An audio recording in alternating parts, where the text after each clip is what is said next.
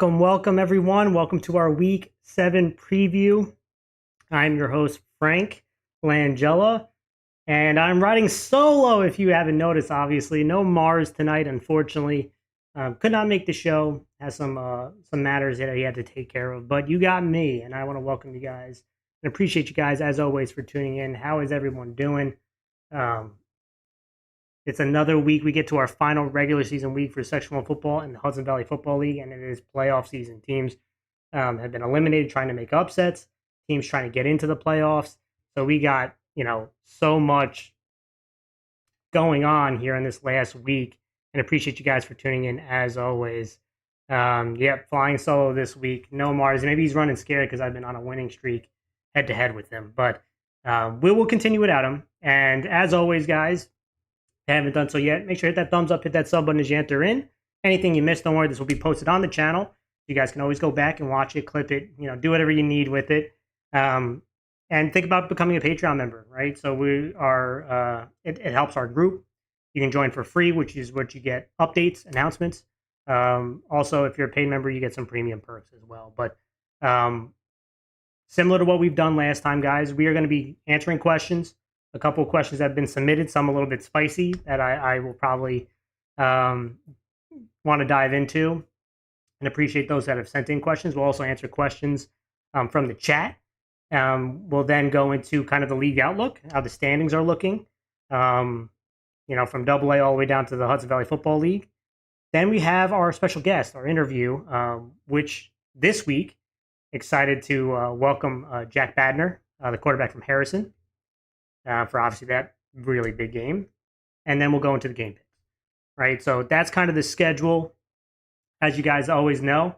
But before we do that, a quick word from our sponsors for the show this year, and that's Salem Ridge Construction.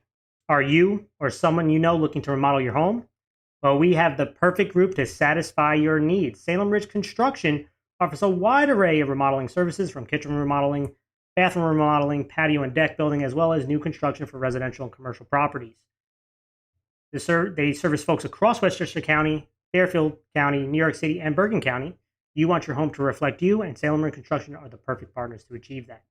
For more information on their offerings, please visit their website, which we will put in the description of this video. And we want to thank our sponsors, as always. We appreciate you. All right. Next up. We got our questions. And we'll answer any questions in the chat. I take a couple of them from our Patreon members who have delivered them via Patreon or emailed them to me. And this week, first question that's come up, but we'll answer some questions on the side too. If you guys have them, make sure you throw it in the chat. The most underrated rivalry game is the first question. And when I say underrated, I guess the one that doesn't get as much hype. So, Harrison and Rye, not eligible, right? That's a big one, not ever. Like Somers Harrison or Somers Rye, probably not eligible, right? Those are some big ones. Double A, like John Jay and Arlington, right? That's probably a more well-known one. So underrated is a tough one for me. In the recent years, I feel like the Mamaroneck-Scarsdale rivalry has been a pretty underrated one. They had a great game last year. They love to battle it out. Tucko Haldane, we know, is not underrated, right? That's a pretty prominent rivalry. We had the little Brown Jug game, I don't think is underrated. That's got a lot of, but I will say another one, Pleasantville Westlake. A lot of animosity, towns right next to each other. That one to me is an underrated one. But I'm trying to think, Chad, who do you guys, think is an underrated rivalry? But Mahopac Carmel's been a famous one for a long time, even though in most recent years Carmel's kind of had it, and then they haven't played each other in a while. They play this week. I don't think that's an underrated one. I think that's a more prominent one. Somers Yorktown. Is that underrated? I don't know. Is that underrated? What are some of yours? I know like North Rockland Clarkstown North used to be a big one. North Rockland Suffern. Um, there's some big ones, but what do you think is underrated? My pick, like I just said, Scarsdale and Marinick has been a pretty good one over the last couple of years. I think is an underrated one. Pleasantville Westlake to me is an underrated one. Um, but what do you guys think? What do you think? I know Yonkers Force, Yonkers Brave. I don't know if that's underrated. That's a pretty big one, obviously, in recent years. Doesn't go back that long because the programs haven't been established. Um, I don't. Those are my two picks, but I'd love to hear from Chad on what you guys think is the most underrated rivalry game. But that's kind of my pick. All right, second question, and thank you for so much for submitting it.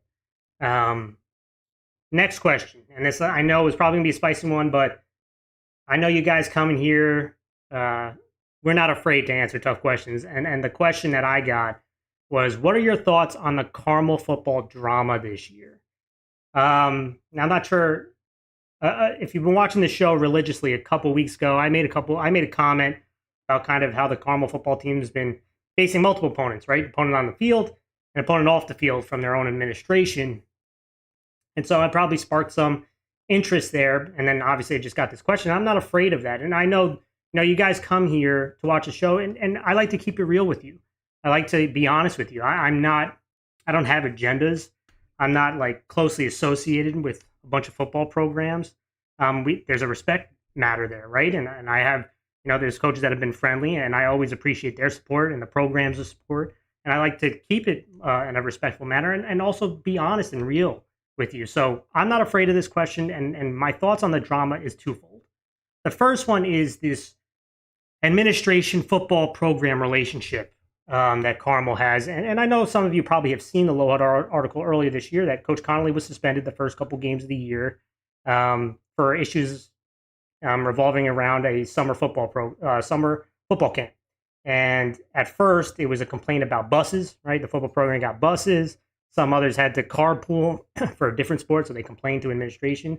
And so they went after Coach Connolly for that. But you're not going to suspend a coach for buses, right? So they had to find something else. And so they found a loophole here about using school equipment at a football program. Is money involved, yada, yada, yada. School, you can go and read the Lowhut article. They do a pretty good job of covering that.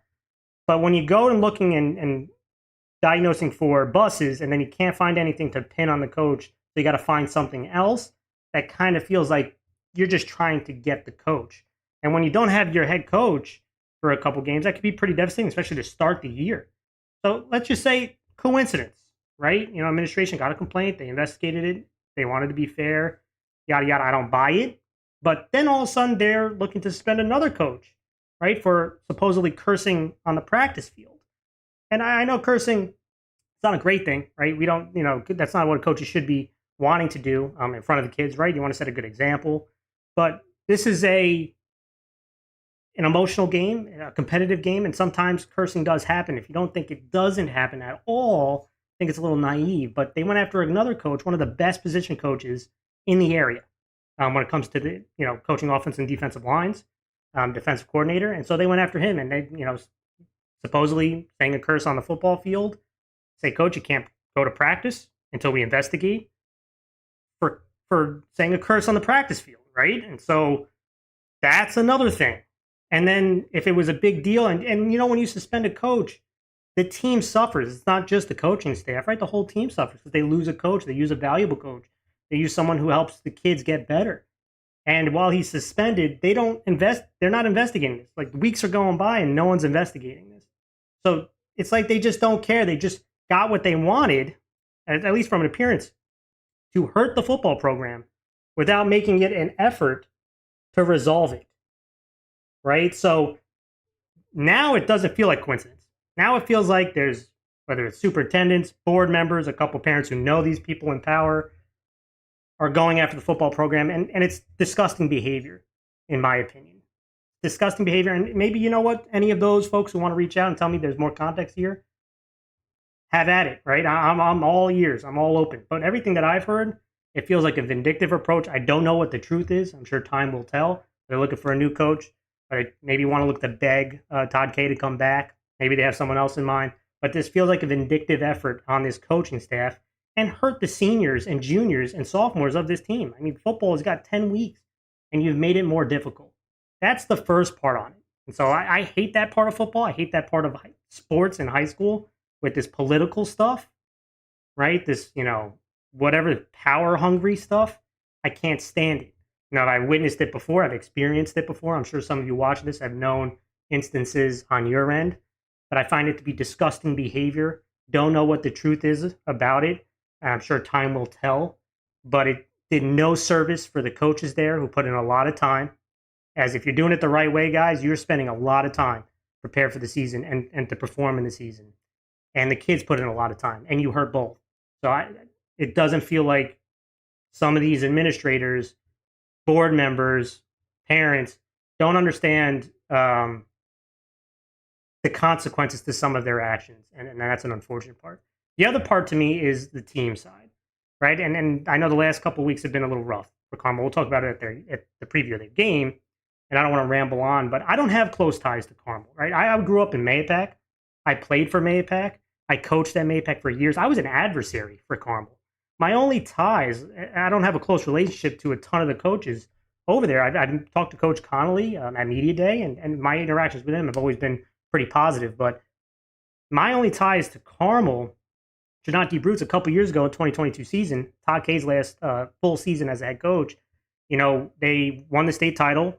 They needed some new coaches. Some coaches were stepping away. He asked my father, Mark Langella, to be the defensive coordinator, and they needed coaches, so they asked for my help.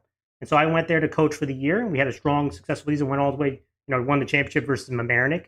But the point that I'm making is I got to experience what the Carmel football program was about when I was there, and they had a ton of pride in their football program, a ton of pride. They grinded for things. They were hard workers. Right? They had a ton of pride in themselves, in the football program, in the coaches, and in the community, right?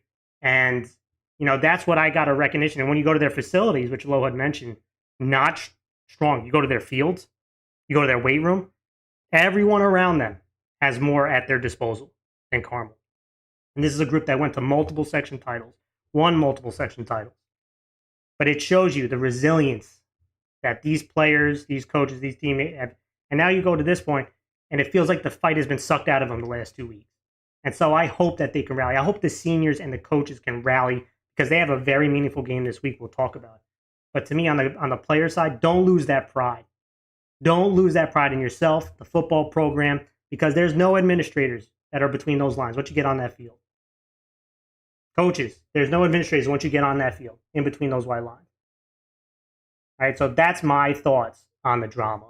And I'm not afraid to tell you how I feel about it. But thank you so much, as always, and we'll talk about more when we get to the game.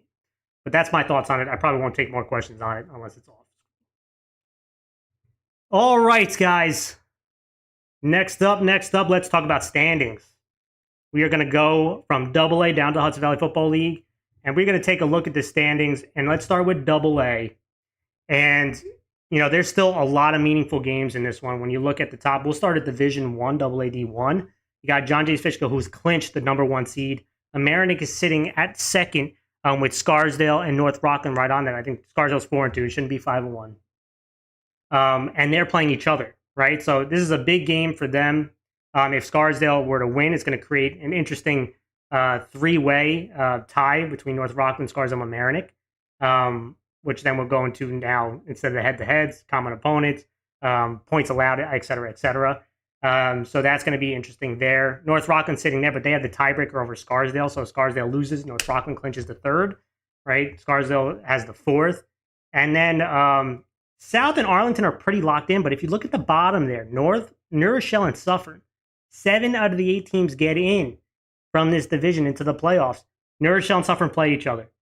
So look at that right spot, that last spot still up for grabs. And then as you go to D2, one team out of this group gets into the playoffs. And look at the top.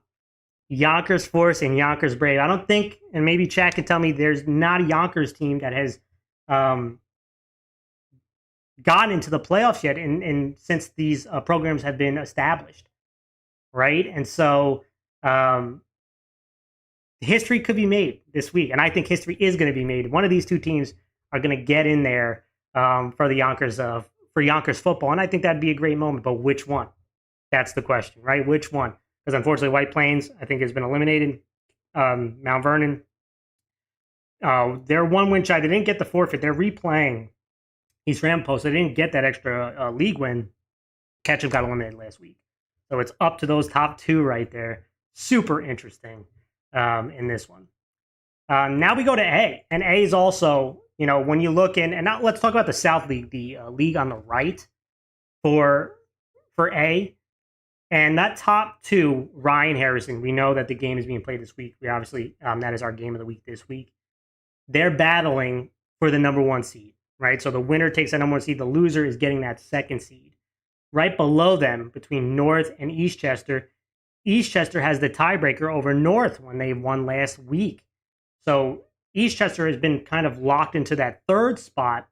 North is battling to get that fourth spot, right? And so they play this week. Nyack is still not completely finished. Though I do think North has the tiebreaker over Nyack. Excuse me. So they still need to lose and Nyack needs to win.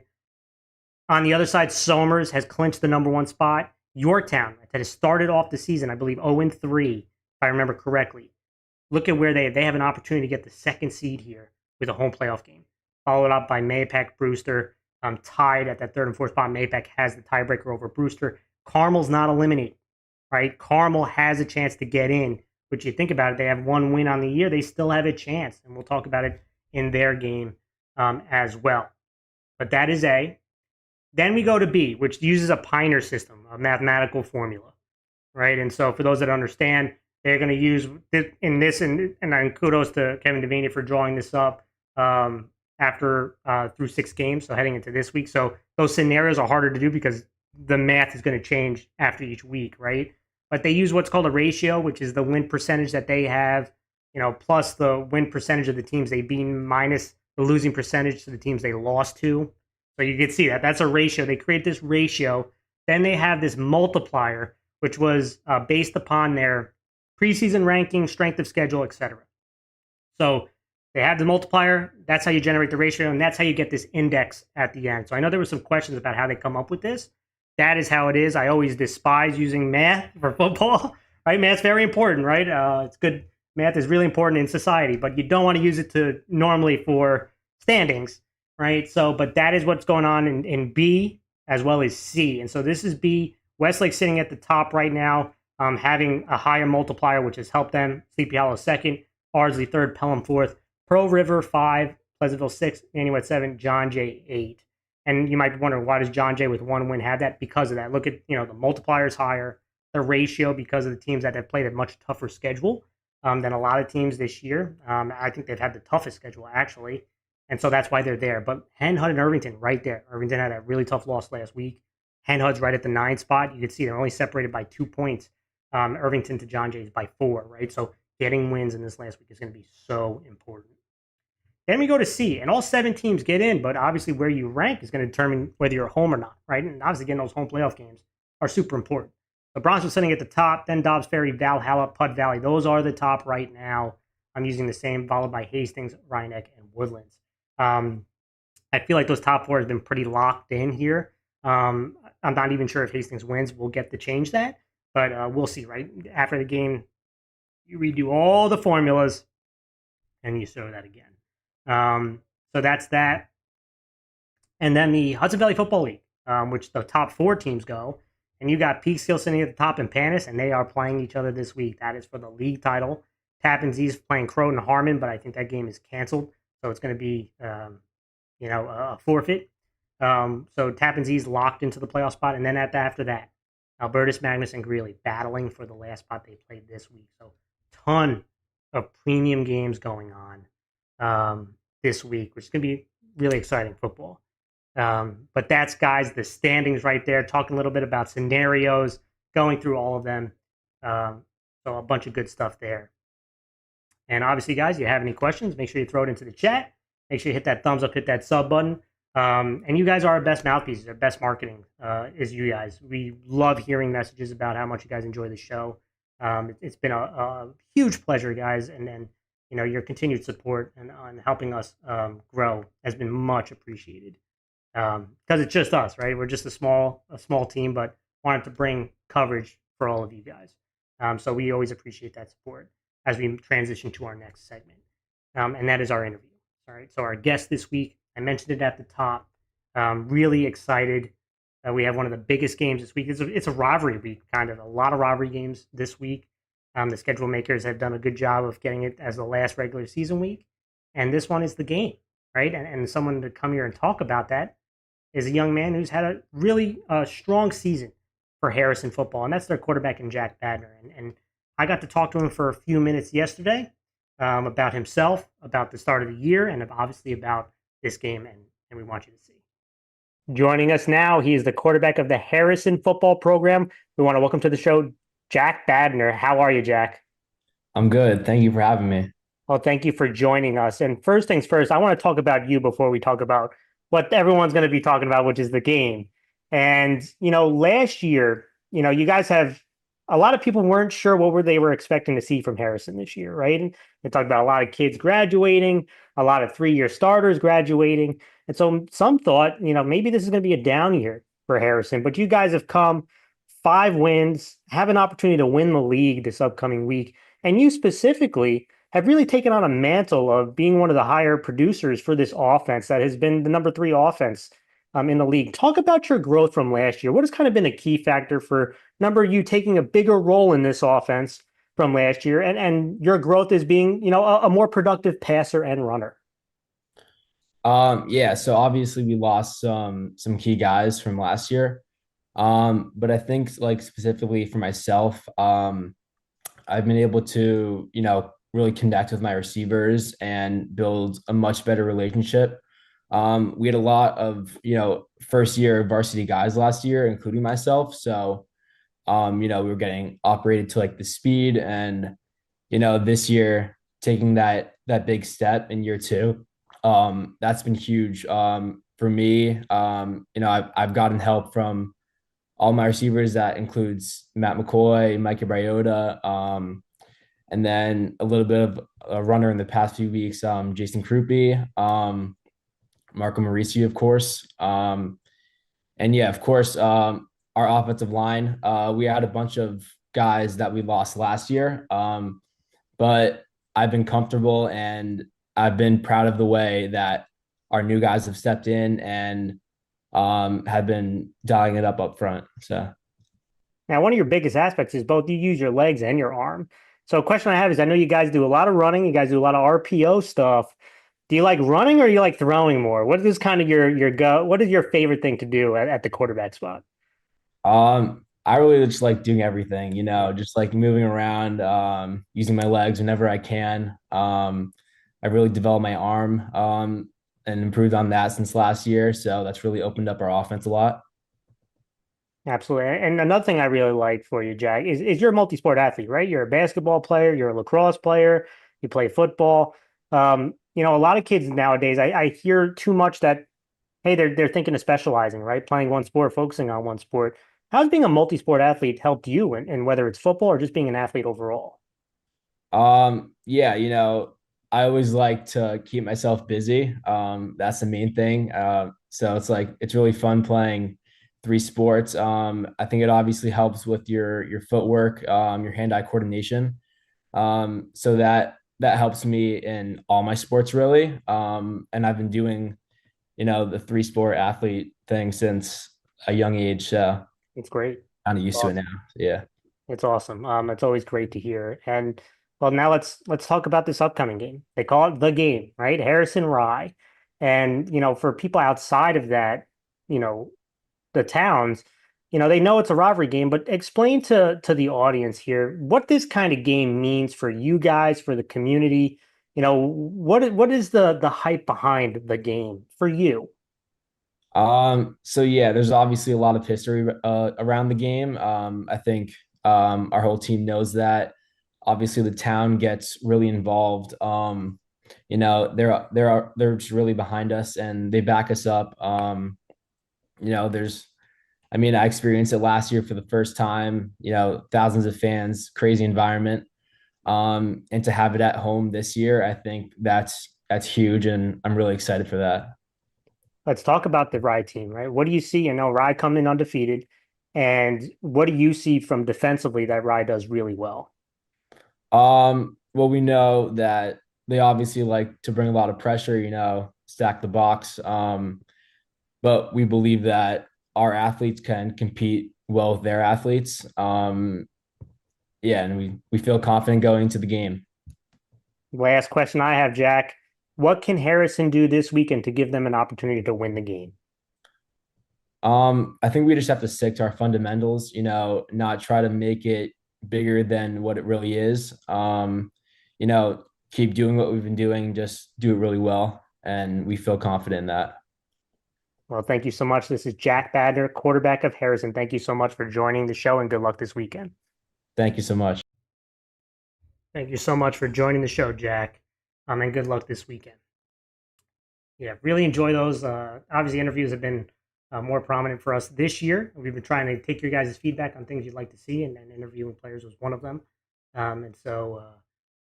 Yeah, let's dive into kind of our main event, which is our game picks. And before I kind of dive into it, I forgot to, and again, sometimes I apologize, but some of the different visuals that you see on which we've shown the last couple weeks. Um, has been from George Harris or G Harris 2K on Instagram. You guys should definitely give him a follow if you haven't already, or if you're a football program, whether you're a fan account. He does a really good job making visuals for us for all the leagues now. He usually just focus on Double A, but a shout out to him for allowing us to use some of his visuals as we continue for the rest of the year. So we appreciate that. Make sure to give him a follow, guys. All right, let's go into our game picks. And this week we are going to go from Double A down to the Hudson Valley Football League, opposite of what we did last time. And Mars has sent me his picks. So even though he's running a little scared to say it in person, I do have his picks that I could share with you guys as well. So I'll give my picks. I'll tell you what Mars picked. I won by one game last week. So I am up on the season series 4-2 head to head. And we talked about before the season, we wanted to get at least one of us 80% of our picks right. So we want to know where. So head to head, I'm 4-2, but Mars is leading the season series by win percentage. He's at 78%. I'm at 77. We are separated by 1%. So I've been winning the head to head recently. I'm up 4-2. But Mars, because he had such a strong start to the year, there was 1 week he only had one wrong. He's at 78% win percentage. So we are neck and neck on the season total. We're right there at 80. If we could both get 80, I think that'd be pretty impressive for us. But let's dive into it, guys. We'll start with Double A. First game I want to talk about, Ossining 0-5 at White Plains. That is 4-3. Now, both these teams are eliminated from playoff contention. Last week, Ossining lost 41-0 versus Ramapo. White Plains lost 28-12 versus Force. And when I look at this game, listen, White Plains, the last couple of weeks without Pierre at the quarterback spot has hurt this offense. There's no question about it. But last week they ran the ball particularly well against a tough Force team. I mean, Ryan had 153 yards rushing and a touchdown. Quarterback Spista also has shown the ability to use his legs in the running game. The issue that I had for White Plains is defensively, but they've had some moments this year making clutch plays and clutch moments. When you look at Austin, they are the 15th ranked offense out of 15 teams, right? They've not scored more than 7 points in a game, and they're predicated on running the ball. So if this White Plains defense can step up, I think you're going to see, again, Osling's defense has given up a ton of rush yards the last 2 weeks, over 200 yards last week. White Plains, even though not having Pierre, running the ball with Ryan, running the ball with Spista, I think can make some plays. I think they'll move the ball. Defensively, they'll do just enough to slow down a struggling Ossining offense, and I think you're going to see them put up some points and rush the ball very well. I'm going to go with White Plains to win this game. Mars has also picked White Plains in this one. One of the big rivalries this week has got to be, and I mentioned one of the more underrated ones, was Mamaroneck 6-1 at Scarsdale, who is 4-2. And last week, in a heavyweight fight, Mamaroneck lost 20-14 versus John J. East Fishkill in overtime. But for Mamaroneck, a win clinches the number 2 seed. A loss and a North Rockland win causes a three-way tie. Like I mentioned it at the top, so things could be very interesting here. But for Scarsdale, they won 34-28 at Arlington in second overtime. So both these teams are coming off overtime games. Not many people talked about, but like Scarsdale Arlington game with the second overtime, back and forth in the second half. But for them, for Scarsdale, a win and North Rockland loss gets them the number 2 seed. A loss will get them the 4 seed. So a lot riding on this big rivalry game. So really interesting for me. But let's just look at both these teams. And for Mamaroneck offensively, they're 8 out of 15 in points scored in Double A. And last week they struggled to run the ball. It's really important for this Mamaroneck offense. It really makes it more dynamic when they can run the ball and then the play action pass out of it. But last week was a struggle against a tough John Jay's Fishkill defense. They only had 45 yards rushing. So definitely trying to get Leibowitz and Kobe back on track. This offensive line trying to move probably the smaller Scarsdale front is going to be premium because they missed some opportunities last week, especially in the passing game, right? Quarterback Kelly did have a passing touchdown last week to Walker, but there were some times down the field that they had the chance but could not connect. And those really tight games, that's the difference, right? Especially in the second half. But defensively, this is still the number 1 defense. They're number 1 in points allowed. They, in the first half, were struggling to stop the run. So obviously a very different style of offense they're going up against. John Jay's Fish will give you the eye. Scarsdale's going to be giving you the option, right? They'll do some ISO runs as well. So stopping the run game, being better at the point of attack, being better on the edge. They gave up a ton of plays towards the outside. They have to be better this week because in the second half, they were really good, Mamaroneck defensively. Right? Prevost had a couple sacks. Alker had the pick 6. Defensively, they forced a couple INTs. But how are they going to play this option? If they can get Scarsdale in those second and mediums, third and mediums, and third and longs, Mamaroneck will be in a good spot defensively. And for Scarsdale, this is the third-ranked offense, right? I mean, at times, Scarsdale can show they really move the ball. They are 3 games they've scored over 30 points this year, and they ran the ball well last week. And missing Green, one of their stud two-way linemen, has been tough for them. But they're still showing they can move the ball. Duvall's been really small guy, but tough runner at the fullback spot. You've seen plays by Krupkin, by Brennan. But the quarterback, right, with Cantor and Simon have also had bright moments. But the turnovers and fumbles have been absolute killer. You saw it at times last week again. Being that consistency to hit some of the play action pass, some of the kind of easy passes, right? The consistency to do that in the red zone, making smart decisions, not fumbling the ball. That's something that they have to continue to get better at because at times it is really close to cost them games or have cost them games. And against tough teams, that's hard to do. But defensively, this is another strong group. They're 5th in points allowed. They played their worst game last week, especially in the second half. I feel like, number 61 on Scarsdale has been really good up front. But this is a group that can really get after the football. They have a speed. They got toughness, even though they're not that big. But they have to slow down the rush attack of Mamaroneck.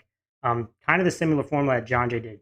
Make them into second, third, and long, and then try to generate the pressure on Kelly, keeping him in the pocket. And you have a good chance there. This one was a really tough one for me to pick. Now, if Scarsdale was fully healthy and they had Green playing, I think this would be a close one. Coming off a heartbreaking loss from Mamaroneck at home now is to go on the road versus a rival. This could feel like a trap game for them. But I am going to go with Mamaroneck. I just at Scarsdale at times, whether it's defensively in the second half, giving up big plays, whether it's in the passing game, right, or offensively fumbling the football. Scarsdale has shown a real, they are a tough group, but at sometimes shoot themselves in the foot in terrible moments. And because of that, I'm going to go with a little bit more consistent team, and that is Mamaroneck. I still love them defensively, being the number 1 defense in points allowed. Mars also picked Mamaroneck in this one. Next up, let's talk about North Rockland 4-3 at Arlington. That is 2-5. North Rockland won 40-6 versus Suffern. Arlington lost 34-28 versus Scarsdale in second overtime, like I just mentioned. And for both these teams, listen, North Rockland, they have the tiebreaker over Scarsdale, so a win will get them the number 3 spot. For Arlington, I believe they have clinched the number 6 spot, right? So they don't have the tiebreaker over Clarkstown South, or they lost to. So I think they're locked in the 6th spot. When I look at these two teams, for North Rockland offensively, it's been very mixed, right? 3 games they've scored over 30 points. 3 games they've scored 14 or less. But the running game got going last week. Prisco had a long touchdown run. Norman had a long touchdown run. This offensive line was moving people. But can they get that pass stack going with their quarterback in Perini, Osenia? Some of these wide receivers can make some plays for them in space. Defensively, this is a tough group. They're number 3 in points allowed. And after the first half, they were an absolute force last week. This defense is not easy to run against. So if they can limit Arlington's ability to hit the big plays in the passing game, force them to be a running team, you got to like North Rockland's chances in this one. But they have to be wary of those deep shots in the RPO game. For Arlington, offensively, we have seen this offense get hot over the last couple weeks, scoring 27 plus points in 3 straight. They started off bad last week with a couple turnovers, but really picked things up. Last week in the first half, they had 2 out of their first 3 possessions were turnovers, but they just picked it up in that second half. Quarterback Rancor was making a ton of plays. The problem I have is defensively, they've struggled to stop the run. And they've given up 28 plus points in 3 out of 4 games, struggled versus the run last week. Now they're playing North Rockland, who's a physical running team. I am going to go with North Rockland to win this one, even though we've seen sparks of this Arlington offense make big plays. They did make some big plays in the second half defensively, forcing turnovers, but they have struggled to stop the run consistently. North Rockland, that is their best asset. I'm going North Rockland. And Mars also went with North Rockland. Next up, we have Clarkstown South 3-4 at John J. East Fishkill, who is 7-0. Clarkstown South won 28-7 versus Newro last week. John Jay won 20-14 at Mamaroneck in overtime. That win gave John Jay the number 1 seed and league title. For Clarkstown South, they're in the number 5 spot, and I believe they have clinched that. They have the tiebreaker over Arlington. But looking at this game, right? So this game doesn't have a lot of meaning as position, but going into the playoffs with momentum, right, is obviously going to be really important. For Clarkstown South, the last 4 weeks, I feel like they've been playing really well. I mean, offensively, they're only 11 out of 15 in points scored, but they have scored 28 points in 2 of the last 3 games. And it starts with that run game with Van Etten at over 160 yards and 3 touchdowns. Chibazar, physical runner. And Brennan has been efficient, right? Not turning the ball over at a touchdown pass to Passman last week. Defensively, this has been a strong unit. They're number 8 in points allowed. It starts versus the run, but they have to avoid those deep passes. They're going to be in man coverage against John Jay.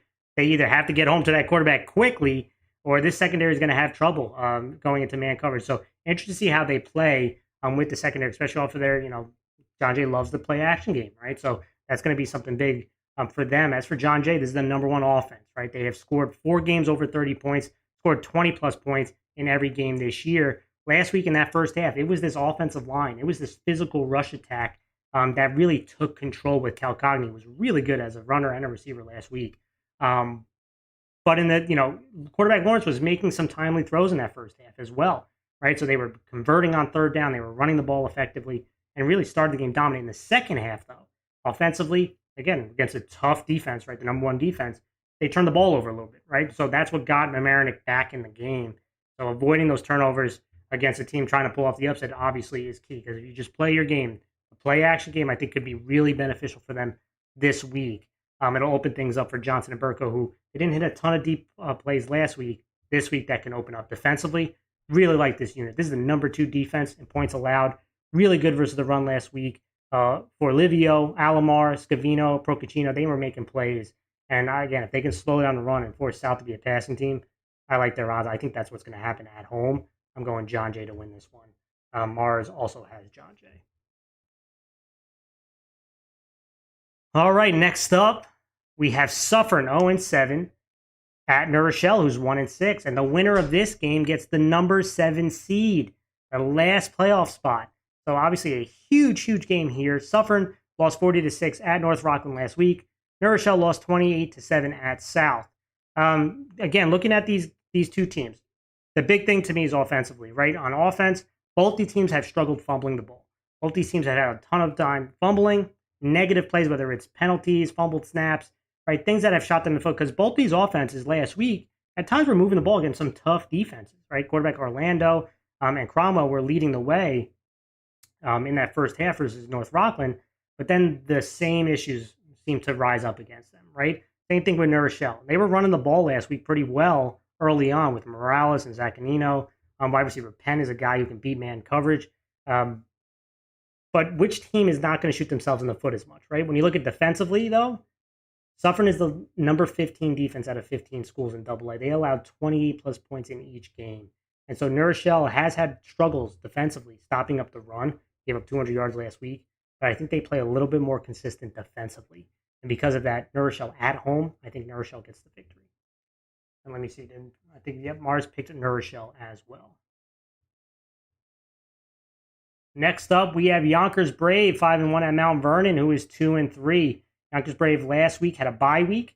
Mount Vernon won 26-20 versus Ketchum, and they kind of eliminated Ketchum last week. And for this game, listen, for Brave, they need a win and a Yonkers Force to lose, and they win the division. All right, so they win here, and Force loses. Yonkers Brave gets into the playoff spot, which would obviously be historic for this program. But looking at this game, they got to win first, right? Looking at this game, I know this might be a crazy stat for everyone here who's watching, but Yonkers Brave is the number 2 offense in points scored in AA. They have scored 25 plus points in 5 of 6 games, and multiple guys who can make, that show a lot of speed and make them plays in space. First, it starts with the quarterback of Rentendi. He's been really good throwing the football, using his legs, and wide receiver Dixon has been an absolute stud at the wide receiver spot. One of the best receivers in the league. And so they've shown the ability to run the ball, hit plays down the field, the quick game towards the outside, whether it's screen game, and making people miss in space. But it's not all offense for them. Defensively, they're number 6 in points allowed, right? So if they can slow down the big play, which at times has hurt them this year, the big chunk plays, this defense has shown a time to create stops. For Mount Vernon, offensively, if they start off the year so poorly offensively, could not finish drives, right, shooting themselves in the foot. They've scored 26 plus points in 2 straight games. This offense is starting to get going. This defense has had bright spots all year. This is the number 7 defense. They have speed. This is not an easy one. Yonkers Brave has to go on the road to Mount Vernon, but with so much on the line, I feel Yonkers Brave is going to win this game. I don't think they've ever had 6 wins in a season. They have an opportunity to do that this time around, and I think they do. I think Yonkers Brave wins this one. Mars picked Mount Vernon, though. So Mars is going with the upset. Next up, we have Ketchum 3-3 at Yonkers Force, who is 5-2. Ketchum lost 26-20 at Mount Vernon, which eliminated them from playoff contention. Yonkers Force won 28-12 at White Plains, and it's really easy for Yonkers Force. If they win, they're in, right? So you win, they win the league, right? And they are at home, but Ketchum trying to pull off that upset. And I look at these two teams. For Ketchum, offensively, we know that this group can move the ball. They're number 5 in points scored in AA. This offensive line can open up holes, and they can run and hit big plays. Viber's a physical runner for them, but they have multiple backs who will get the ball. They have quarterback who can run the ball.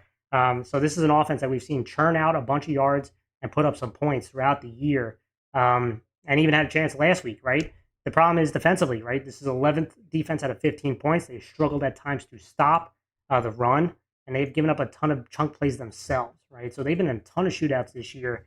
Sometimes it made clutch defensive plays in late in games, but has been hurt by the big play and stopping the run. And it goes to the Yonkers Force, who's the number 6 offense in points scored. They got back on track last week, but penalties continue to hurt this group. But they have multiple weapons, right? Lightfoot, Mulvihill, they lead the way, them running the football against a Ketchum defense that has struggled to stop the run. I'm going to go with Yonkers Force. Yonkers Force also has an underrated defense. They're number 4 in points allowed. Had an INT last week. They have to slow down the run game. They did give up some big run plays last week, so it's got to be premium for them to slow down the run, force Ketchum to be a passing team. They have a better chance. I think Yonkers Force at home. I think they win this. I think they win the league, and they had the historic run finished, getting into the playoffs. Finally, to wrap things off in AA, let's talk about East Ramapo, who's 2-4, at Port Chester, who's 2-5. This is a non-league game, and so for East Ramapo, they won 41-0 at Ossining. For Port Chester, they lost 21-12 versus Tappan Zee. And listen, I'm going to go with East Ramapo. I really like the way they've played over the last 3 weeks. They have really picked things up. Offensively, we know that they can move the ball. We talked about that all year, right? When they're not turning the ball over. They're number 4 in points scored. They've scored 30-plus points in 2 out of 3 games, and it's running the football. They have rushed over 200 yards in that span. Pierre and Brown have been a deadly combo offensively. The question to me was defensively. This was, a defensive group that's given up a ton of points, but they've allowed 14 or less in 2 straight games, and they have done a better job preventing the big play and tackling better. And for Port Chester offensively, it's about running the football, but they've defensively have, played solid last week, but have struggled for the most part. They've had 3 games giving up over 30-plus points. I think you're going to see East Ramapo run the ball well, and them defensively continuing that trend of stopping the big play. If they can slow down the run game, I think they will. East Ramapo wins it. Let me see, Mars. I didn't mention Mars's game against Force. He picked Ketchum against Force, and he also picked East Ramapo in this one. So he's got Ketchum pulling the upset and East Ramapo winning this. All right, that is double A, guys. Let us talk about A now, right? And we got 6 games all league. That's also going to lead to our game of the week, which is at the end. But let's dive into a lot of premium matchups here. But this first one, right? Somers 5-2 at Lakeland, who's 3-4. Um, Somers won 30-0 versus Brewster last week. Lakeland lost 27-7 at Mayapack. Lakeland has been eliminated from playoff contention. Needed a win last week to keep themselves alive. Somers won the league last week and is the number 1 seed in the North League. So they clinched this. This doesn't do much to change anything from a standings perspective, right? But building up that momentum into playoffs. Lakeland trying to pull off an historic upset for them. But when I look at this game, right, Somers offensively, they've risen to number 6 in points scored. We mentioned at the beginning of the year, they could not score. They were really struggling. They played obviously some really talented teams as well, but we're struggling to score and struggling to move the ball consistently. But they have scored 30 plus points in 4 out of 5 games. They've scored 20 plus points in all 5. And last week it was the pass attack, right? Quarterback Iglesias had 3 passing touchdowns, 214 yards. Palazzolo was really dominant last week. He was seeing more man coverage, more zone coverage his way, finding holes in that. Had 150 yards and 2 touchdowns. But the real turnaround for this offense has been the ability to run the ball, especially against light boxes or even boxes. And we've seen that with their quarterback Iglesias, Valencia, Bruzi, and even Mitchell last week, running with authority. Right? This offensive line's got some size to it, can move people to point attack, but the running backs running with authority, being more confident as a runner, not dancing as much, has been a major difference in this one. And if they're going to make a run for another title, that is going to be their balance, the ability to run the ball when teams are giving them light boxes or even boxes. And that's going to be key. And against Lakeland last week, they have over 200 yards rushing. Now, I did like how they had some bright moments where they were stacking the box more, right? Trying to slow down the run. But they gave up a bunch of chunk plays in the run game. So Somers, if they're going to get light boxes, can attack it, running the ball. And if they're going to load the box, that will open up man-to-man opportunities on guys like Palazzolo, right? So that's the one thing that has really changed for Somers. What hasn't changed for Somers that has been consistent all year is defensively. This is the number 1 defense in points allowed. They've not given up more than 7 points in those 5 weeks. Last 5 weeks, Whipple had an INT last week. Fink and Ruby had sacks. If they could stop the run game versus Lakeland and force them to throw outside the hash marks, which has been a struggle for them last week. They had 3 interceptions last week. Somers obviously has a real good chance to go on the road and win this game decisively. And I think that's what's going to be the case here. I'm going to go with Somers. For Lakeland, I like the way the coaches try to give them opportunity. It was 0-0 versus Mayapack last week. Second half was a rough one. Right? It was turning the ball over. It wasn't, closing gaps in the run game, which allowed for big chunk plays. And that's what ended up being the difference. I think you're going to see Somers come out very aggressively here, shut things down, and win this game. I'm going with Somers. And Mars also went with Somers in this one. All right, next up, let's talk about Clarkstown North, 4-3 at Fox Lane, who is 1-6. And listen, for Clarkstown North, they lost 39-29 versus Eastchester. They need a win to clinch the number 4 spot. They have lost 2 straight. For Fox Lane, they lost 27-0 at Harrison, but they are eliminated, trying to pull off the upset and putting the knockout to Clarkstown North season, potentially. But listen, I am going to go with Clarkstown North. Offensively, this is the number 2 offense out of the 12 schools in A. They have scored 28 plus points in 6 out of 7 games. And what's really hurt this offense has been the penalties and untimely turnovers, especially late in the game, have definitely hurt. But they are still, like I just mentioned, 28 plus points in 6 out of 7 games, including 29 last week. Quarterback Kavanaugh has continued to be a stud, 155 yards passing in the touchdown, also 92 yards rushing in the touchdown. They have Gabai, Ferenzi, Molokal. They have playmakers there. Barry had a receiving touchdown last week. So this offense is moving the football. They're also putting up points. The issue is defensively, right? They've given up 30-plus points in back-to-back weeks and over 200 yards rushing each week. I mentioned if North was going to make noise, had a chance to get the number 2 seed, but they have lost that chance because defensively they're giving up way too many big plays. They have to shore things up defensively. And this is a good week to do it, right? I mean, Fox Lane has had struggles offensively. They're last in points scored. Quarterback Cerroti leads the way. Defensively has been a more consistent unit. They're tough. They'll get after you. But this is a moment for Clarkstown North defensively to get back on track. And if this offense can continue without the turnovers or the deadly penalties that have been hurting them, I think they can win this game decisively as well. Get that playoff spot. Right? They have to get better defensively tackling and preventing the big plays. But I think they will I think Clarkstown North is going to win this game. They made me foolish the last couple weeks. I didn't pick them, but I think they're going to turn it around this week. Next up, let's talk about a big rivalry game. We have Mahopac 4-3 at Carmel, who is 1-5. Mahopac won 27-7 versus Lakeland. They are the number 3 seed right now. Carmel lost 37-7 versus Yorktown. They are the number 5 seed right now in league. For Mahopac, a win and a Yorktown win will make them the number 3 seed. A loss and a Yorktown win makes them the number 3 seed. A loss and Brewster win eliminates them. All right, and so and then another scenario, right? I give you a bunch of them. A win and Brewster win will make a 3-way tie, which I believe will make them the number 2 seed. Right, so that's a scenario for them. For Carmel, they still have a chance. They still have a chance in this. They're not eliminated, right? So for Carmel, a win and a Brewster win, Carmel will get the number 4 seed, right? So this is a major game, and I'll start with Mahopac, right? Talk about that. Offensively, they're 8th in points scored out of 12 schools, right? And, it's been mixed this year. But one thing is for sure, this is a run-first team. With Maskell, he had over 200 yards rushing last week. You're going to see a ton of I formation, a ton of running downhill, trying to hit the C gaps, trying to get outside. And this has one of the best offensive line groups, right? So that's what they're going to rely on. Maskell and his offensive line was one of the best groups. And I anticipate to see that continuously. Now, they do like to throw on first down. You'll see them try to throw quick game and some play action stuff off of first down, trying to keep a defense honest. I think they passed more than 50% on first down. But they have one of the best O-line units, and they're going to go back to it. And they'll go into some spread, and that's when you'll get that quick stuff. That's when you get the play action stuff. So it's run first for them. I bet you're going to see that again with one of the best O-line units against a defense that has struggled to stop the run consistently. But defensively, Mahopac is number 2 in points allowed.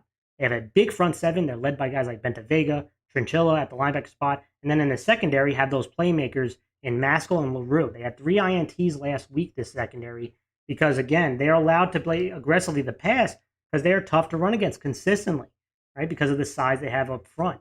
So I think that's what they're relying on. Run game, right? Try to take some shots down the field occasionally if Carmel's playing, aggressive. But that's where their bread and butter is. Running the football, playing strong defense. That has kind of been the way that they have won games, even though sometimes offensively has been a bit mixed. And then I go to now Carmel, right? And I mentioned at the top, talking about the big question. But to me, what has bothered me more than obviously, and I know it's easy to kind of, when all this outside noise can really affect you, I get that. I do. But they've been outscored 72-7 the last 2 weeks, right? This is kind of a challenge. Like, I'm going to make my pick here, so I don't, I just want to see whether who wins or loses for Carmel to play competitively, to fight, to grind it out, to rally together. The seniors, guys like Mercer and DeGrazio, kind of lead the charge here and play all the way to the end, right? I know there'll be some bad plays, there'll be some mishaps, but what I want to see more than anything, to me, is fight.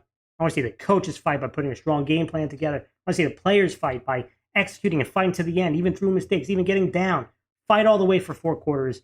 You can't get embarrassed like this, right? That's my thought on it. Have that pride in that program that I talked about at the top of the hour. Have that pride in yourself. Have that pride for your teammates, right? This is those moments where a lot of people find you dead in the water, right? No question. You talk around the league, dead in the water, right? These are those kind of moments where you want to see players rise and compete at a high level. Even those young guys, right? Carmel's got some young guys on that team. You want to see them perform. You saw it a couple weeks ago with Yorktown. People thought they were dead. And you saw the young guys step up. Some of the seniors step up. Harrison, right? A lot of people thought it'd be a down year for Harrison. And some of these young guys stepping up, playing in big moments against teams that are bigger potentially than them, right? So that's what you want to see from Carmel too. And so I can go through all the offensive scheme, which offensively they're 11th out of 12 in points. They've scored 14 or less, scored 14 points in 3 weeks. Or they had not scored 14 points in 3 weeks, excuse me. They're definitely going to have to get creative versus this big front, right? But they got to run downhill. The zone stuff has been a struggle for them, but the play action game has been solid. Running the ball downhill, you got to see these guys run, not be hesitant, and this offensive line step up against a big front because they have a young quarterback. You can't face he's faced a ton of pressure this year, and Mahopac is good at generating pressure, just rushing 4, right? So this offensive line really needs to step up this week. They got guys like Mercer, who is a Super 11 guy, that's who you want to see like have his best game against the bigger teams, right? So like I'm interested to see how this offense schemes together defensively. You definitely got to stack the box. You definitely have to be aggressive. You cannot let Maskell just destroy you, right? That's kind of the big thing is like if he has less than 100 yards rushing, I think we have a good chance in this one, right? So I'm curious to do. We've seen a couple weeks where there's more blitzing going on, more 5 to 6 man fronts. What does Carmel do? I feel like they come out in the eye. You got to come with a stacked box and come aggressive, right? You cannot allow to sit there, play some read stuff, right? And you're probably gonna have to play more man coverage, right? You have to get aggressive, try to force negative plays for Carmel. Listen, this feels like a trap, right? I would love to say, Carmel, would it shock me if this game was close for a long time and then ended, No, it wouldn't, right? Because I feel like there is pride in there. Carmel's got that pride. They're at home, right? But they got to bring it because if they don't bring it, I think Mapac runs away with this pretty quickly, pretty decisively. But if they come aggressive in this one, this could be close for a while. But I am going to go with Mapac. And it's the only reason is, I just haven't seen enough of that aggressiveness from Carmel consistently. We've seen it in spurts, but not consistent enough. And if I saw some more of that consistency, they probably have more wins, but also I'd feel like an upset is more likely. But I just don't. Mapac defensively has been too strong, too tough to run against, and teams have not been creative enough to attack them. For the most part, outside of those couple like Yorktown, found ways, North earlier in the year, Somers, that kind of stuff. But some of these teams have had real struggles that have not been creative and try to run right at them, have struggled. And it's forced them to pass more, which has led to turnovers. And unfortunately, I haven't just seen enough from Carmel to think that they can pull the upset. I'm going to go with Mapac. And Mars will win Mapac as well. Next up, let's talk about Eastchester 3-4 and Nyack, who's 2-5. Battle of the Birds. I saw that on Twitter. But Eastchester or X. Eastchester won 39-29 at Clarkstown North, which clinched the number 3 seed for them. Nyack lost 49-14. They are currently the number 5 seed, but they don't have the tiebreaker with North. So I don't think they have that opportunity to jump ahead of them. But let's talk about this game. Eastchester trying to go into the playoffs with momentum. Offensively, this is the number 4 offense in points scored. And since that Mapac game where I thought started terribly, especially in the first half, really poorly, the last 2 games, this offense has come out a lot faster, right? And it starts with their quarterback in Burbridge, who was really good last week, 141 yards rushing and a touchdown, had a passing touchdown on a flea flicker, Laparino. And Martucci, 159 yards and 3 touchdowns, and they are hitting big chunk plays right now. That's what they have to continue, that momentum. And the big thing, no turnovers, right? So since that Mapac game where they were slow, turned the ball over, and had fumbled snaps, you're seeing them play much more aggressively since that game against Rye, even though they lost. They came out fast, right? So running the ball, hitting those chunk plays, getting to the outside. Nyack defensively is last in points allowed. They're 12 out of 12. They've allowed 40-plus points in 3 out of 4 games. Right, so that one makes it tough for Nyack. They can move the ball. We've seen this group with Bierfeld and Durasimi. And we've seen this Eastchester secondary struggle at times. But last week, Coach talked about it on kind of Lowe's article. They went a little bit more man coverage. And I've seen at times the communication not be there in zone. So I don't know if that's what the remedy is. But what I do know is that they generated more pressure last week. It got to the quarterback, which helps the secondary. If the secondary is struggling, what could help is generating pressure. And they were generating it last week. It gave them an opportunity to win. And they did win. And so for me, if they could just avoid the big plays, right? Nyack's got a lot of speed to get to the outside, avoid those huge chunk plays, offensively run downhill against a struggling defense, I think Eastchester wins this one. And Mars also went with Eastchester. All right, Mars went Clarkstown North, Mapac, and Eastchester. Yep. Keep forgetting because he's not here, right? So his voice is keep forgetting to say what he's picked. Let's go to another huge matchup here, guys. And that is Brewster 5-2 at Yorktown, who's 3-4. Brewster lost 30-0 at Somers. They're currently the number 4 seed. And Yorktown won 37-7 at Carmel. They're currently the number 2 seed. For Brewster, they need a win and a Mapac loss to be the number 2 seed. A loss for them this week won't eliminate them, but it will determine if they're the number 3 or the number 4 seed, depending on what happens in Mapac Carmel game. For Yorktown, it's simple. You win, you're the number 2 seed, you get a home playoff game. And who would have thought that a couple weeks ago as they started off 0-3, right? So huge opportunity for both teams. And for Brewster, offensively, we know this. They have 5 games. Right? This is the number 5 offense in points scored in A out of 12. They have 5 games scoring 30 plus points. But the 2 losses that they've had, where they have not scored more than 7 points, they struggle to run the ball versus bigger teams. Right now, Yorktown's not a bigger team. Right? To me, I think they're bigger. Brewster's bigger up front. But games that they can run the ball with Prohaska, and we've seen Fakara have successes in these condensed formation, utilizing their size, running downhill, giving counter action. That's when you see this offense. And then throwing out of that is when you see this offense really excel. When they are get down or they can't run the ball and have to pass more, kind of your prototypical go into more spread and pass the ball out of the rollout game. That is not where they find the most success. So it's going to be so important in this one for them to run the ball against a smaller team. So we're going to see that. Defensively, this is the number 3 defense. They're tied for 3rd in points allowed. 3 out of 4 games, they allowed 14 or less. And even last week, they struggled with covering Palazzolo in man coverage. So, and even sometime when they got into zone coverage, he was finding holes in that zone. So how are they going to play a guy like Galante, who moves around like Palazzolo does? They'll even put him in the backfield. So interested to see how this defense moves around with him, but they have to generate negative plays and pressure up front. McKinney's been a force. They're up against a smaller offensive line, which will give them an opportunity to me to generate those pressures. For Yorktown, the last couple of weeks, they have been creative, and they have been getting Galante the ball in good matchups. He had a couple of receiving touchdowns last week. Quarterback Jerome wasn't super efficient, only 4 of 12 passing, but they hit big plays down the field. They had over 122 yards, and they ran the ball, right? With Coney running the ball at a touchdown. Caracati ran the ball, right? So they have to attack this Brewster secondary because running the ball like downhill is going to be tough against Brewster, but they can get creative with it, right? With their motions, right? With their counter looks, right? With misdirection, and they have to attack this secondary with Galante, in my opinion, because defensively, they've been really solid these last few weeks. They allowed 7 or less points in 3 out of 4 games. This defensive line has been really active. They like to blitz, and it's caused turnovers.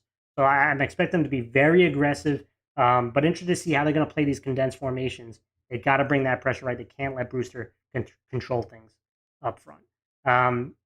The game pick, it's tough because this is a big rivalry. Right, these two teams playing each other as well. But I'm going to go with Yorktown. I just love the momentum that they're playing with. Right, they're getting creative offensively to give themselves good matchups, and defensively they have been really active. And for me, I think Yorktown on the roll right here. I think they win this game and get the number 2 seed. And Mars also picked Yorktown.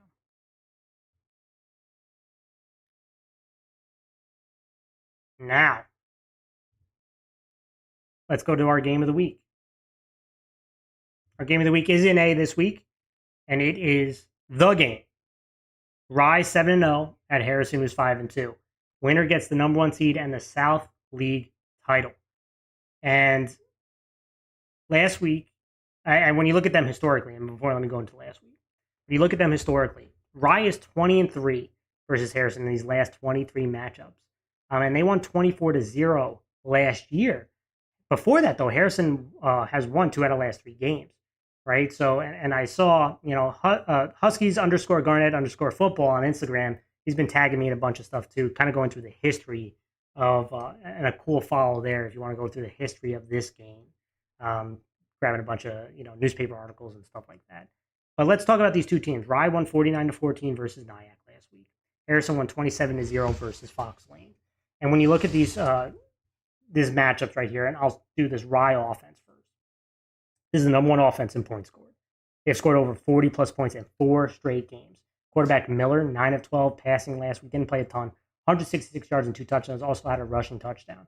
Right? Schumacher had a touchdown reception, although his 100-yard streak probably was broken last week. Lewis also had a nice touchdown reception. And, for this offense, they'll attack you multiple ways. They'll give you condensed formations off of play action. They'll go into spread, hit you with the quick stuff, with the 2, double moves. Right, the rollout game. And then there's the off-platform plays, right? Plays that the first read is not there, but Miller uses his legs really well to buy himself time looking down the field to throw. And running for him is kind of secondary, right? So there's a couple ways this offense attacks you. They're design plays, they're off-platform plays, and to me, a secret X factor of them is the run game with Garnett, who I think has 15 touchdowns rushing this year. And what you want to see when Rye is at his best is with that balance of running downhill and then attacking down the field, passing the football. When they get sometimes too pass heavy, they have a great quarterback. But if it's not there, that's what leads to turnovers. That's what leads to quick 1 and 3, 3 and outs. But if they can run the ball downhill against Harrison, who at times has given up big plays down the field, but if they're going to bail out and give you light boxes, Rye has to be able to attack that and run with physicality. And Garnett has that capability. So I'm interested to see how Rye goes at this game. You know they love passing down the field. Can they run the ball with physicality against this Harrison defense if they're going to get those light boxes, which I imagine that they will. Defensively, they are tied for third in points allowed, and at times have been dominant. However, the last couple weeks, we've seen this defense give up some big plays. They've allowed teams to get to the outside, haven't tackled as well. So, this is an aggressive style defense. You're going to get a ton of pressures. You're going to get man coverage, and they like to be aggressive, like Strazzini, Levine, Stigliano, Steinman. Others have made plays in this defense. So they're going to be playing games in that secondary. When do they bring pressure? When do they not? But they have to tackle in space, especially if you're going to play man coverage. You have to avoid those play action games with your secondary looking to the backfield because Harrison does a ton of RPO stuff, ton of play action, and this defense has to be disciplined on who your reads, right? Who you're responsible for the quarterback, who's responsible for running back, because Harrison loves to play with defenders on saying, hey, the quarterback might keep it, the running back might keep it, and if you're uncertain, that's when Harrison really can take advantage of you. So I'm interested to see on that aspect of it for them, but for Harrison, this is a strong offense, right? They're number 3 in points scored. They have 5 games of scoring 27 plus points. And, they kind of attack you in 3 ways. The first way is running the ball with Krupe. And when Marisi, who's another back for them, he's been playing more defense recently because he got hurt, came back. Krupe's had to take up this mantle and has played really well. I love the way he runs with patience, but he can change gears quickly. He can hit the hole hard, he can be patient, and then hit it at a certain point, that 5th gear, 6th gear. But I just love his vision, his patience, and then being able to hit the hole and run hard. He is not an easy tackle, and that's what he has to continue to do against a defense like Garnett, the Rye defense, where linebackers are close to the line of scrimmage. You're going to get those pressures.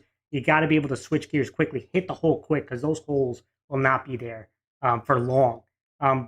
That's the first way. The second way is their quarterback and batter. I mentioned they'll run a bunch of quarterback read stuff, right? They'll even run some power, but if a DN is going to crash down, quarterback can pull. And he's got the speed that he can run into that second level and create. And he's going to have to with his arms, his decision making, whether to give or take, and the RPO behind it because they have weapons, right?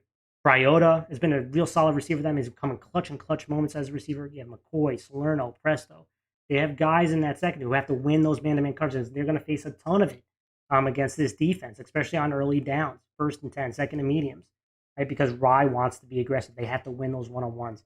A way to beat this aggressive is to get the ball out of your hands quickly towards the outside and then take those opportunities down the field in certain moments. Defensively is the big question for me for Harrison, right? They are 8th in points allowed. The last game was their best game, right? But they have allowed 20-plus points in each game this year. They have made some timely stops, though, and that's just what has gotten them victories at ends of games and forced some turnovers. But how are they going to play this Rye defense, right? In the condensed formations, it'll have to open up opportunities with if Schumacher and Lewis are your 2 wideouts. How do you play it, right? Are you going to play games with them? Or are you going to bracket Schumacher, which is going to leave man coverage? You probably have to put your best cover guy on the opposite and bracket Schumacher. Maybe that's your only chance, but you have to be able to generate pressure and keep Miller within the tackle box, right? That's going to be so important because he does a really good job of scrambling, getting outside the pocket, using his legs to get first downs. Or the scramble drill, right? I mentioned the design play. You might take away that first read, but if he's scrambling around, these receivers done a really good job of finding open spaces, and Miller's been delivering down the field. So what an interesting game. And this week, guys, we also have our film room of this game. I want to look at both offenses, right? And so I'm going to look at both offenses here, and then I'm going to give you my game pick. So let me get it set up for you real quickly. And I don't have Mars here to distract you guys while I do this, so bear with me here.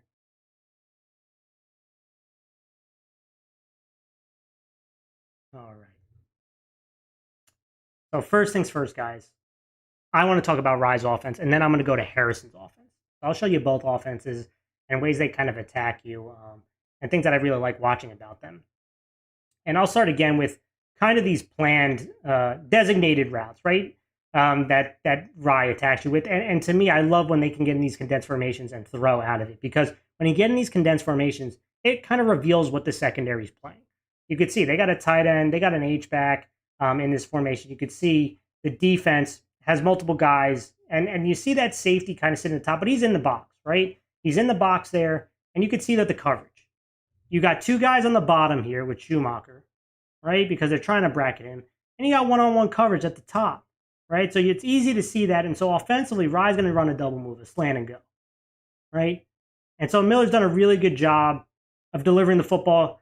You see the slant and go, but look at the pressure right in his face. The defender does a good job of turning that corner, a good route on that slant and go. And so he's got to deliver it with a guy in his face about to hit him, bam.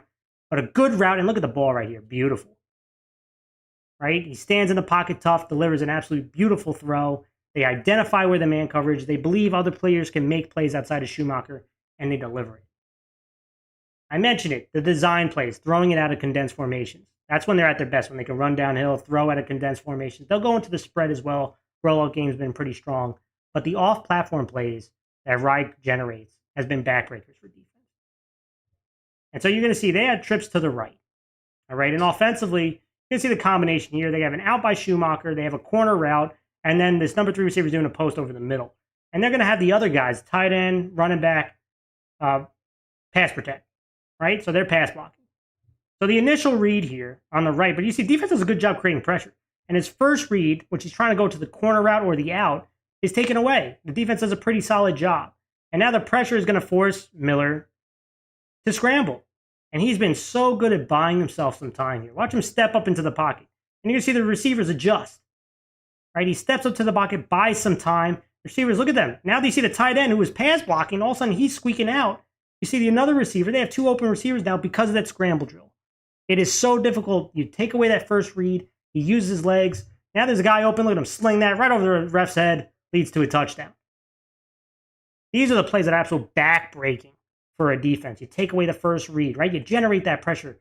But if you don't stay in your lanes, if you can't get home, Miller will make you absolute pay. But the final play I want to talk about before I go to Harrison is what would make Rye really deadly on a way to a championship is their ability to run downhill, run with physicality. And you could see they got a guy in Garnett who's been a real asset to them running the football. They're in these condensed formations. They're going to run a pitch, right? They're going to run a pitch here, try to get to the outside. You're going to get some down blocks, but you need a guy who can run with that physicality, beat people at the point of attack. Corner does a really good job of setting the edge here, right? And you need those running backs who can grind those yards out. Look at him fighting through contact here. I love this. Making 4 guys miss. Should have been a 4-yard gain. Now he breaks free. Poor effort on the sideline right there. Now look at that strength there to close it out. We have seen this year that, yeah, the passing game gets talked about a ton.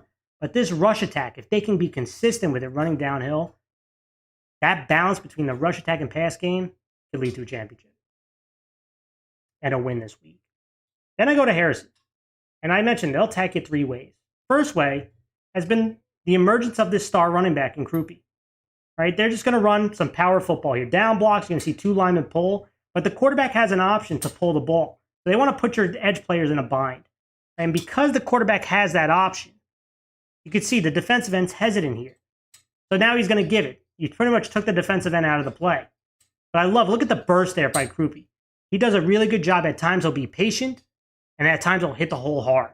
And that time he hits the hole hard. Gets to that second level, and he's not easy to bring down. He has been a real asset and a real surprise for this team running the football. That's the first way they attack. And for Harrison, you'll see less condensed formations as Rye does and more spread stuff.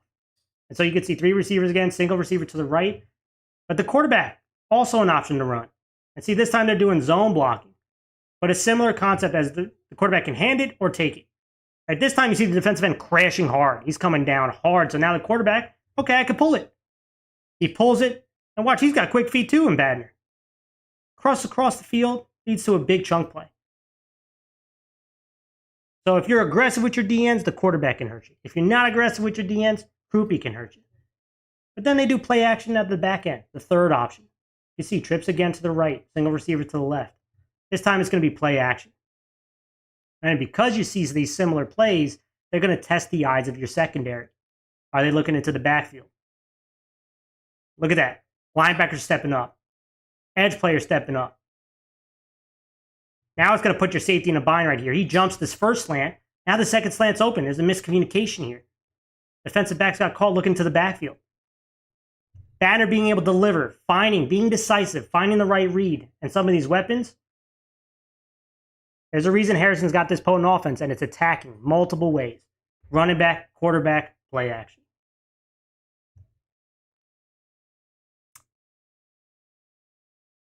All right, guys, my game pick here. This is not an easy one for me.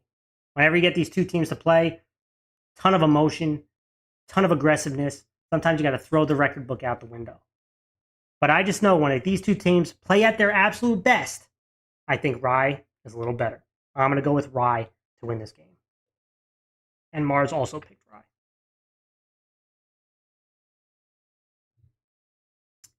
All right, guys. All right. We got now B, C, D.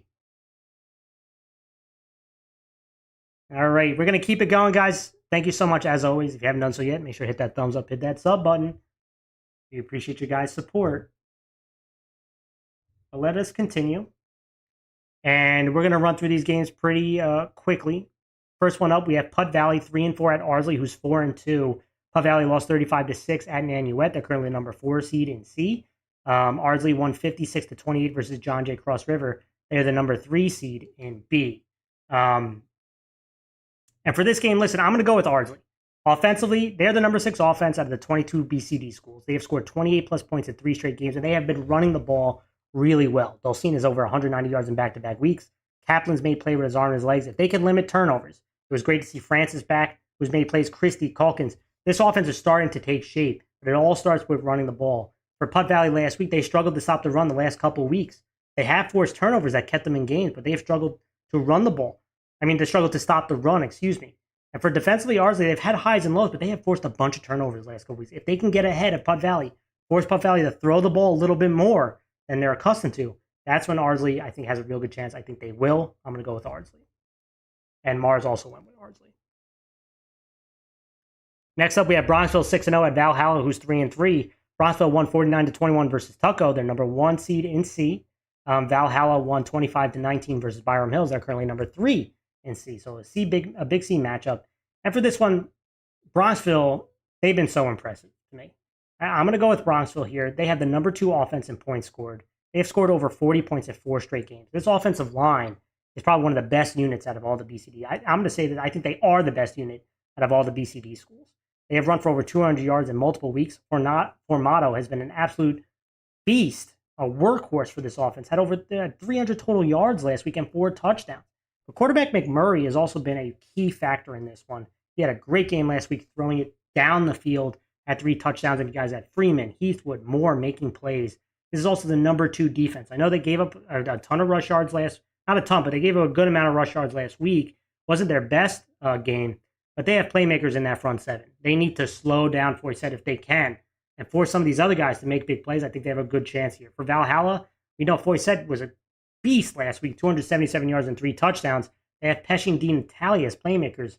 But defensively just hasn't been as consistent. They are, again, a strong unit. They're number 8 in points allowed. But can they play against this tough rush attack, right? And can this offense, if they get down, pass their way back into it?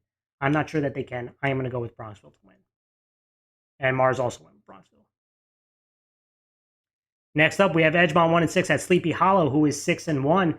Edgemont lost 34-18 versus Haldane. Sleepy Hollow won 50-0 at Woodlands. Sleepy Hollow currently is the number 2 seed in B.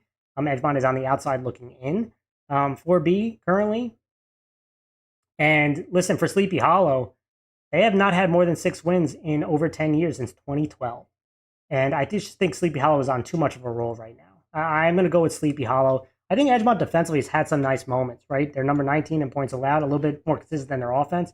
Offensively, had a pretty strong week last week against a tough defense. Can they do it again against another tough defense? But can they keep up with the Sleepy Hollow offense? I don't think they can. Sleepy Hollow's offense is number 3 in points scored.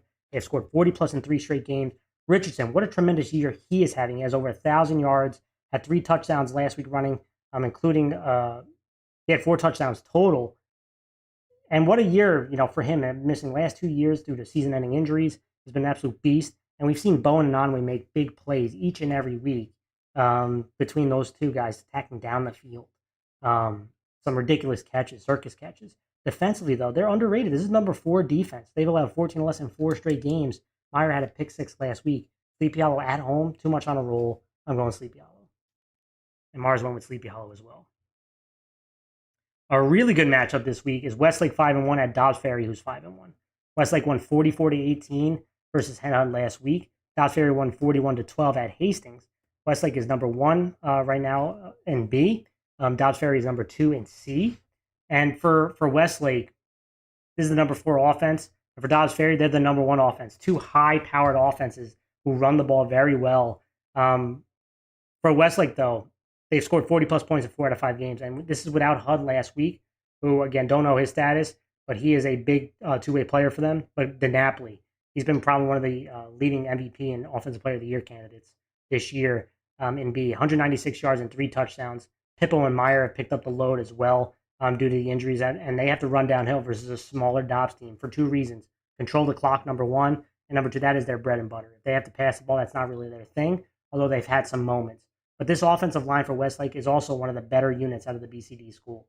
They've been really consistent. They move people at the point of attack, and it's led to being one of the most potent rush attacks in the league. Defensively, this is number 7 defense in points allowed. The front 7 needs to keep the game tackle to tackle. The secondary will be tested. They have to be smart with their eyes, though, for play action. For Dobbs Ferry, 5 games they've scored over 40 points. Kearns has been a stud all year. We know he had 2 touchdown passes last week, but O'Connor's put it together a couple weeks now. A really strong performance, 170 yards and 3 touchdowns last week. Mole, Ravage, Smith, they have a ton of weapons offensively. And against the speed of Westlake, they have to play with their eyes. They have to play off of play action. O'Connor's got to run downhill, grant those grinded out yards to open up the play action pass for Kearns and the rest of the skill guys. The concern I have is defensively. Not a bad defensive unit. They have had times, they forced a couple INTs, Guerrero and Mazziato leading the ways. At times have given up some big rush plays. You mentioned a couple weeks ago against Tuckahoe. So Westlake, I think, wins this game on the road. Too much size up front, running downhill. I think they control the time possession. Fun, entertaining game. I think you'll see some sparks here, but I think Westlake gets the win. And Mars agrees with me. He also went with Westlake. Next up, we have Pelham 5-2 at John Jay Cross River, who is 1-5. Pelham won 42-6 versus Rhinebeck. They're currently the number 4 seed. John Jay lost 56-28 at Ardsley. They are currently the number 8 seed. So John Jay trying to hang on to that last spot. A win would do wonders in this one for them at home. But my concerns are them defensively. I mean, offensively, we know the number 5 offense, they can move the ball a lot. They have 5 games scoring 28-plus points. Rinaldi's been an absolute stud. He's one of the league leaders in running the football. I think also has 20 touchdowns, right? They can move the ball at the quarterback spot. They have playmakers outside, but turnovers the last couple of weeks have hurt this offense. And defensively, they're last in points allowed, which leads me to Pelham. This Pelham defense is number 3 in points allowed. They've allowed 7 less than 2 straight, but they're against a tough John Jay defense. If they can just make things difficult, get an extra turnover or 2, they'll give this offense, who's got some good size up front, and have run the ball really well with Paganuzzi and Reese. They've scored their most points last week. I am going to go with Pelham to win this one. I just don't trust the John Jay Cross River defense. As impressive their offense is, defensively has really struggled. And for that, I'm going to go with the rush attack and defense. I think they'll make enough plays for Pelham to win this game. Next up, we have Pleasantville 3-3 at Rhinebeck, who is 0-7. Pleasantville lost 38-17 at Pearl River. They're currently the number 6 seed. Rhinebeck lost 42-6 at Pelham. I'm going to go with Pleasantville this week. I mean, offensively, they're number 8 in points scored, although they have not scored over 20 points the last 3 weeks.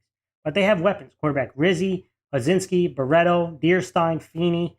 I think they're going to see them pass the ball a lot, but they do have to run the ball a little bit more consistent, especially against a defense in Rhinebeck that has struggled. They've allowed 40-plus points in 2 straight games. I know Van Rowan has been a nice playmaker for them offensively, but they're just not consistent enough, and I think Pleasantville gets back on track. I think you're going to see them score a ton of points in this one, passing the ball and also running downhill. Defensively, they were pretty solid versus the run last week, but big plays in the passing game were killer. I think you're going to see this defense make some plays this week, force some turnovers. Pleasantville wins this one. Yep, and let's go to the next. Let's see. We have Woodlands 0-7 at Tuckahoe, 6-1. Woodlands lost 50-0 versus Sleepy Hollow. They're number 7 in C. Tuckahoe lost 49-21 at Bronxville. I'm going to go with Tuckahoe. I mean, defensively, I know last week they gave up a ton of rush yards. They gave a ton of rush yards, big plays down the field. I think you're going to see this defense respond. They have a ton of playmakers in the front seven. The secondary, I think, will play a much better game this time around. They were number 6 in points allowed. A big reason is because they gave up 49 points. They dropped down. This was number 2 defense last week, right? So I think you're going to see this defense respond offensively. They did run the ball relatively well against a really tough front. Connolly had over 100 yards and a couple touchdowns. Bryce also had 82 yards rushing. You're going to see that duo make some plays, and I think attack down the field, hit some plays down the field that they did not hit last week. I'm going to go with Tucko. Mars also went with Tucko. Next up, we have Briarcliff Hamilton football program, who's 3-4 at Hastings, who's 3-4. It's an interesting matchup here. Briarcliff Hamilton won 28-21 versus Irvington, puts it at number 12 in B. Hastings lost 41-12 versus Dobbs Ferry. They're currently number 5 in C. I like the grittiness that Hastings played with, but I am going to go with Briarcliff. I actually like, listen, offensively, they've had their struggles. Alomar last week, 176 yards and 2 touchdowns. Leggio has run the ball well these last 2 weeks as well. I think that combination can be really solid against a gritty Hastings defense. Question is for Hastings offensively, can they generate enough big plays? They've been a playmaker by committee. Sabrega had a couple touchdowns last week. You've seen over the year a couple different guys step up, but they just haven't found that consistency. They're number 16 in points allowed against a Briarcliff defense that's number 10 in points allowed. They forced 3 turnovers last week. I think you see Briarcliff force some turnovers. I think you'll see that combination of Alomar and Leggio make some plays. I think Briarcliff is going to win this week. And Mars agrees with me. He also picked Briarcliff.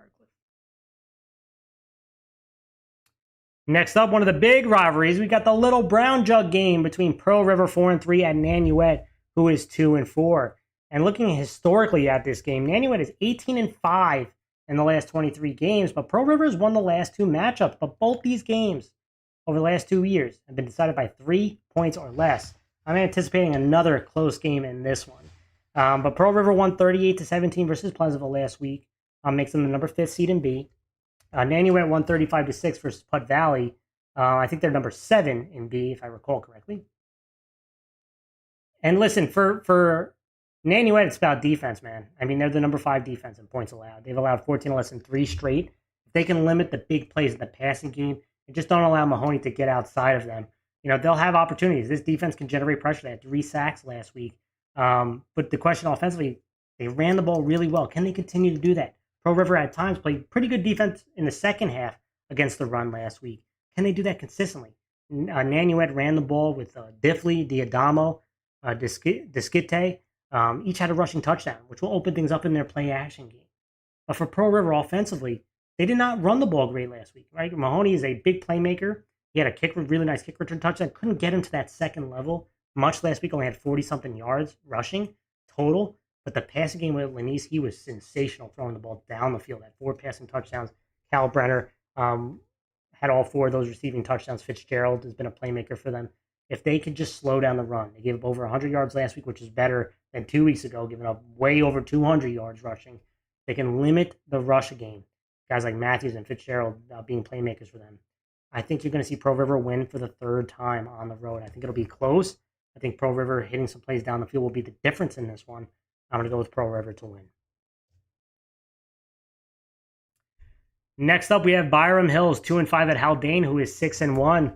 Byram Hills lost 25-19 at Valhalla. They are currently. I forgot to give Mars's pick. He also picked Pearl River. I'm so sorry. Again, I keep forgetting because he's not here. But let's go back. We got Byram Hills, 2-5 at Haldane, who's 6-1. Byram Hills lost 25-19 at Valhalla. They're currently number 11 in B. Haldane won 34-18 at Edgemont. Tough one for me to pick here, right? Byram Hills needs a win bad in this one, but I am going to go with Haldane. I think Haldane's an underrated team. Byram Hills definitely has size on them, and their quarterback in Lazar for Byram has played pretty well. He had 2 pass touchdowns. Kangalosi has also been a big play guy for them, giving him a chance last week to beat Valhalla. But defensively, they gave up close to 300 yards last week, and that is what Haldane does well. They run the ball well with Gogler, and Palace returning has been a spark for this offense for them to be more dynamic. They've scored 30-plus points in 2 straight. That combination has been pretty deadly. And defensively, this is the number 1 defense in points allowed. They have 4 games allowing 14 or less. They did not play their best game last week. I think they're going to step up this week in a close game versus Byram Hills. I think they eke it out. Haldane wins at home.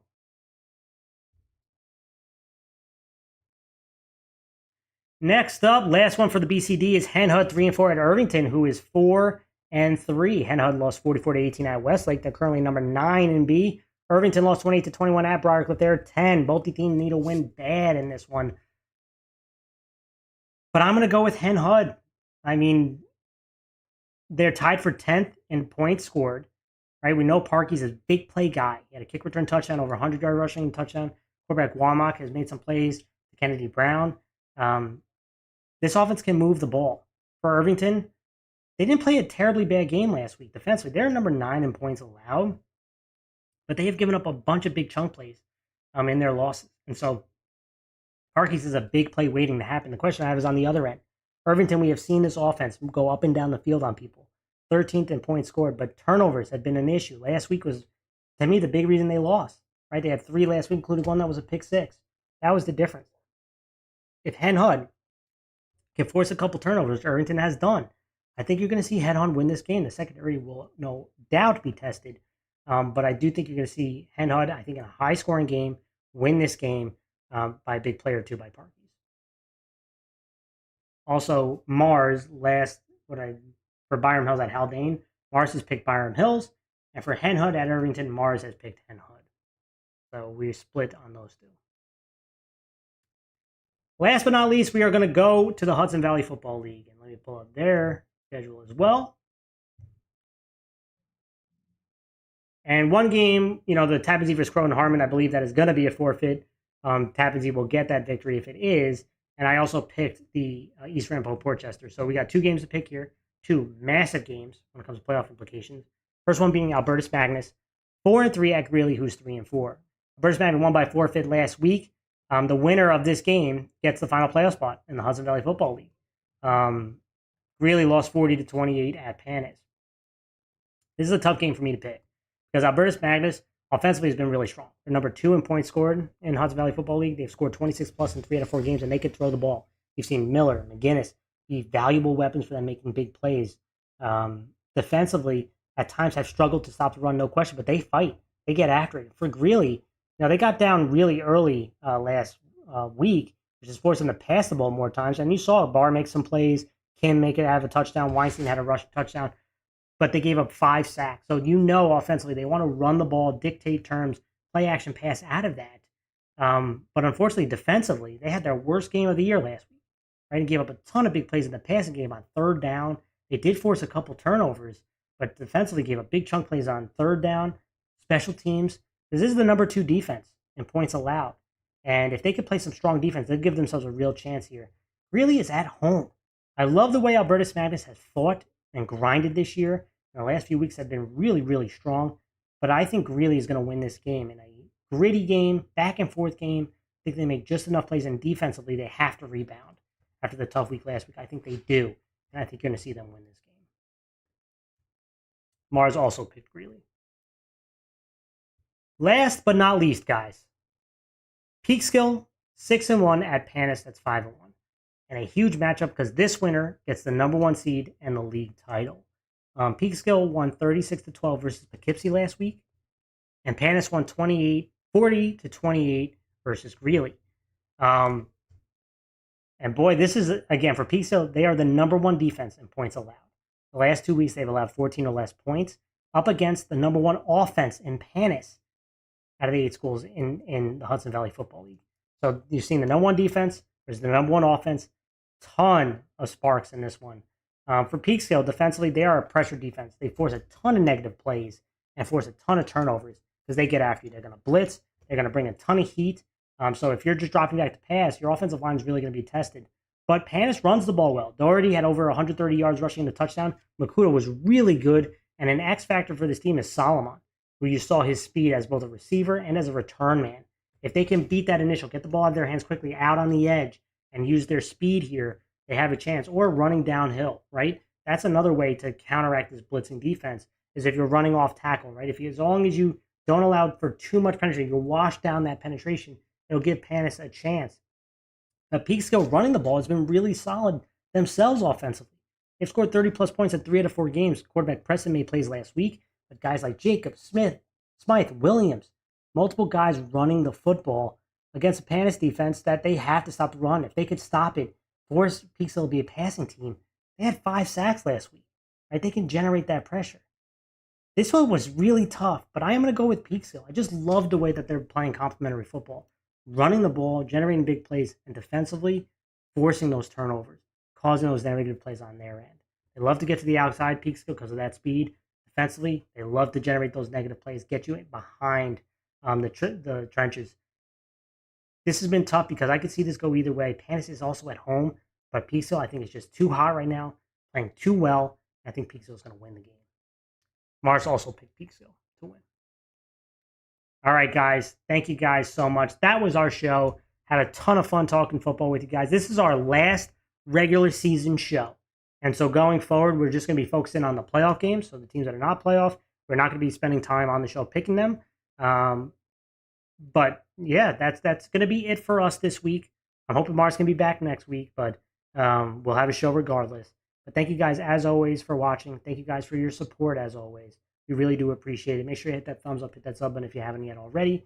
Think about becoming a Patreon member to help support our cause. And enjoy the games this weekend. We will see you all very soon.